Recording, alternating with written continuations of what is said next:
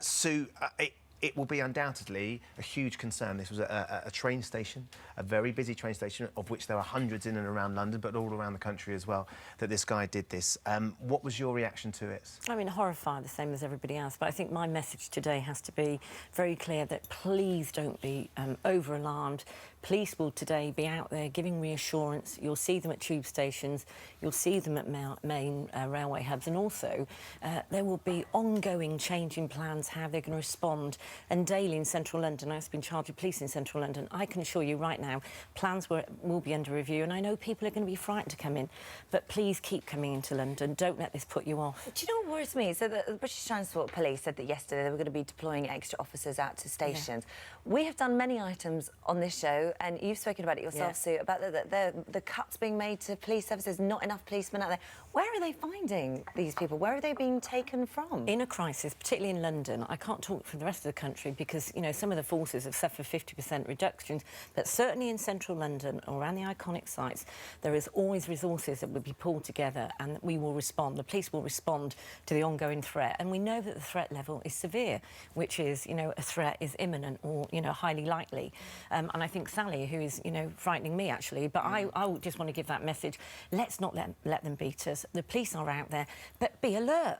Be aware, knowledge is power, so, you know, be aware of your surrounding, what's going on around you. It's something, Sally, when a former Met police detective is scared by the sort of things that you have to share with us. What we don't want to do is we don't want to heighten everybody's fear, but we do want to arm people with the information and the knowledge that potentially could help them in an environment or in a situation that could be dangerous. What sort of advice have you got for people who are going in and out into towns and are on a Christmas shopping or going to areas that are going to be highly populated? Well, I think what's becoming obvious is the police will help us, and what we have seen is a super fast response in relation to underground situations. But from what the public must learn from Paris and from America in particular is it's the first few seconds, 15 to 60 seconds, to sum up what's happening, to hear a noise and to get very fast out of an area. Staying and hiding is a last resort because it doesn't always help you. Those people in America, by intention, would have been brought down with the whole building with a triple pipe bomb that was left to take them out. So the intentions can be deadly, so getting out of the area as quickly as possible. And we saw in Paris people hanging, you know, from the windowsills.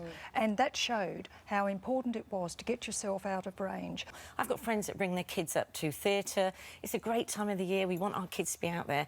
You know, Project Griffin is out there before this has happened and will continue to go into organisation. Project Griffin basically goes into theatres, big organisations, to make sure that they are prepared in advance. You know, I think we've got the best services, certainly the best intelligence services in the world, and they are proactive before these events so that, you know, if you are frightened about going to the theatre, those, you know, big venues, pantomimes, etc., they are prepared, staff are ready. So please keep bringing your children. You know, I just think it's so sad. I hear my friends saying, I'm not going up to London, I'm not doing that. It's the last thing we want to see happen. But of course people are scared, though. People are scared, and rightly scared. Lots of the theatres have introduced bag searches for theatre-goers, some increasing the number of security staff as well following those attacks. More or less all of them, the Ambassador Theatre Group's got 11 West End venues saying that they are reviewing and building on their established security arrangements. Can we be too nervous about this, Sally? I mean, Sue is trying to reiterate, look, it's really, really important that you don't let the terrorists get the better of us and you stay at home because you're too scared to come in. Can we be too nervous about this? A little anxiety is good because it heightens our awareness, and it might make us look at people in the street and on the tube rather than trying to be private. And those pictures, I thought they were fantastic because we saw girls in high heels. If we start to get nervous, wearing walkers, even on a Saturday night in a crowded place. You mean flat shoes? Walking flat shoes for men and women. Shoes that you can run in very fast. When you say be vigilant, because that's one of the things, be vigilant, look out for suspicious behaviour. Right.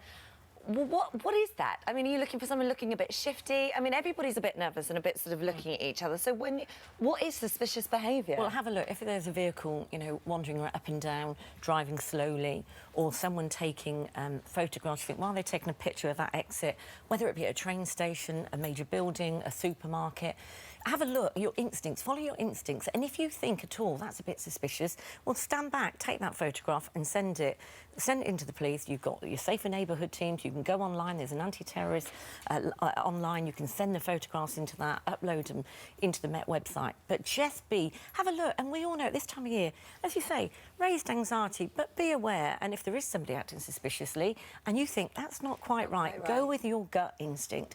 And if you're wrong, so be it. So it doesn't matter.